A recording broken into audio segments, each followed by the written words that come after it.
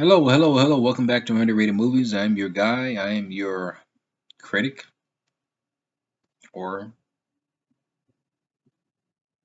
Mr. Elton Henry. And today I would like to talk to you of another film that I think is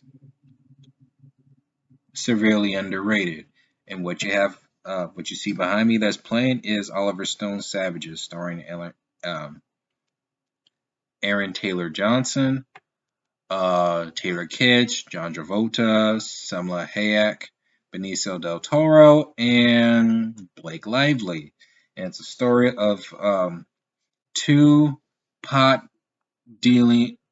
pot dealers, weed dealers. They grow pot and make money off it naturally. The cartel becomes interested in their business. They want to join in. Those two guys right there refused, and they kidnapped their girlfriend, which they both share, as a way for them to comply. And they come up with the plan, those two right there, Taylor Kitsch and Aaron Taylor Johnson, devise a plan to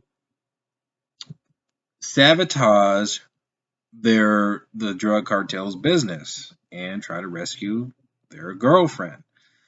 This film, from the trailer, it sells you what they're offering. This is a gritty, dark, very intense, graphic, vile action thriller. This is a crime thriller, but this is one of my favorite action films, hands down. I think this is kind of an original story, one to where you don't normally get nowadays, especially with its subject matters. I mean, one, you have two protagonists or three in a romantic relationship. That's kind of, you don't see that as much. You don't really see that really hardly at all. And I thought that was bold, and it was something for a ride. I actually like when films, especially films like this, try to push the envelope to see if you can handle it. And what I really loved about this film, this is an Oliver Stone movie, and this is actually my favorite Oliver Stone film. And the main reason behind that is knowing that this director likes to tackle very controversial subject matters. This one, he's done it, but he's done it more of the action thriller genre, and I think he prevails in this. This is more of a crime thriller than it is an action film, but I consider it somewhat in between because there are some action set pieces here.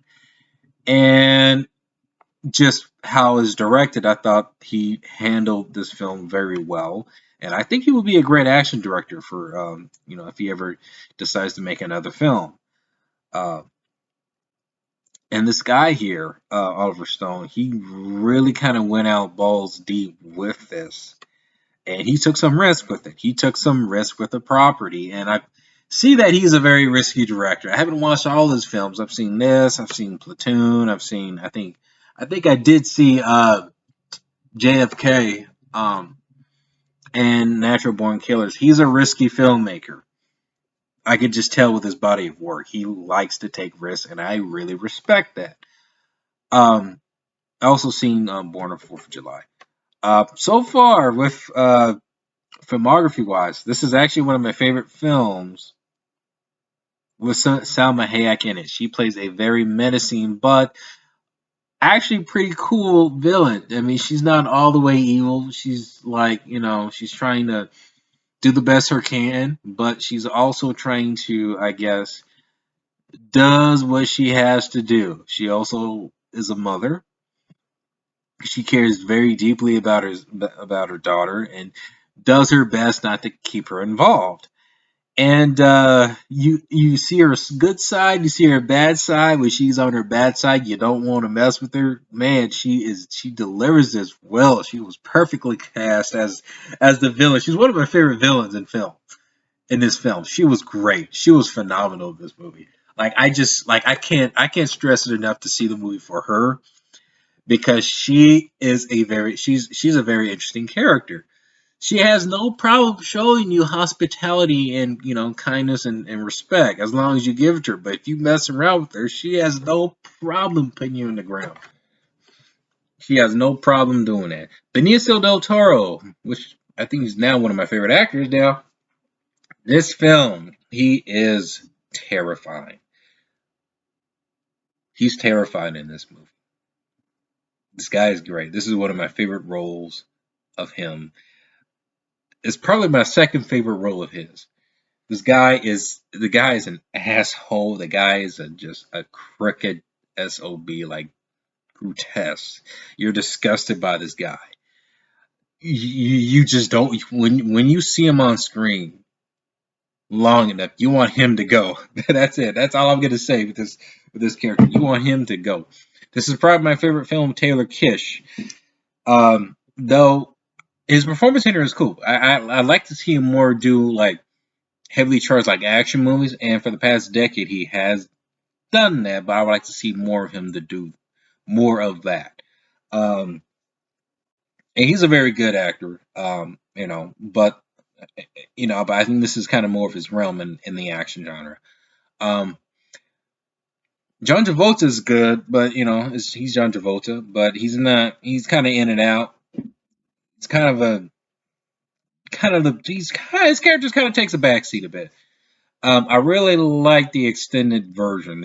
I think the extended version is only 10 minutes longer. It adds more scenes of mostly really with Blake Lively and Salma Hayek's interaction. There's a scene in there where they're actually having a conversation in Salma Hayek's bed, and they actually get along. You could tell that they could get along. I actually like that this film is more of a character-driven, very circumstantial film than it is just a straight-out action film. There's really just two action scenes in here. You don't get to the first action scene like a good hour into the film. I actually like that the film took its time trying to expand on the story and expand on the characters. And I thought some of the action scenes were actually, well, the two that were in there were quite memorable and well directed with Oliver Stone's style of action. And this is more like, well, this is kind of like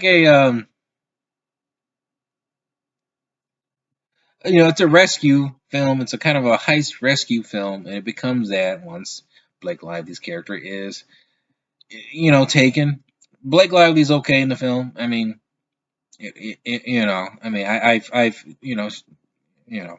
she's cool. She's cool. She's cool. Though I wasn't too supportive how the story was told through her perspective. I mean, it's fine.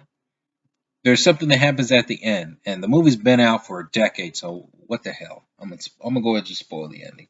There's an ending to where that second action scene that happens, which I really enjoyed, happens in the character's imagination.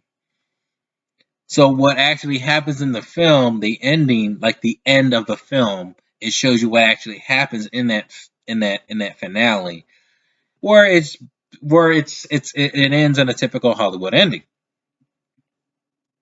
Which I actually didn't like that. I thought they could have went with that darker, explosive ending, and they should have stuck to it. To be honest with you, they should have stuck to it. But then it defeats the purpose. Like, who was telling the story? Blake Lively. If her character wasn't really telling the story, actually no, they could have done something different with that. They could have kept that in there. They could have made her like say like the last moments of her life. She was just telling the story, and that's how could it ended. But it, unfortunately, it didn't.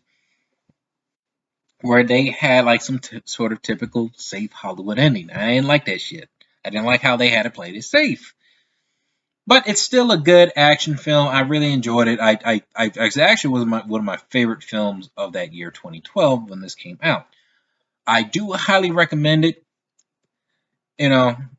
Especially just for most like mainstream audiences. I think this film, if you're not easily disgusted with graphic violence, because this film is very violent,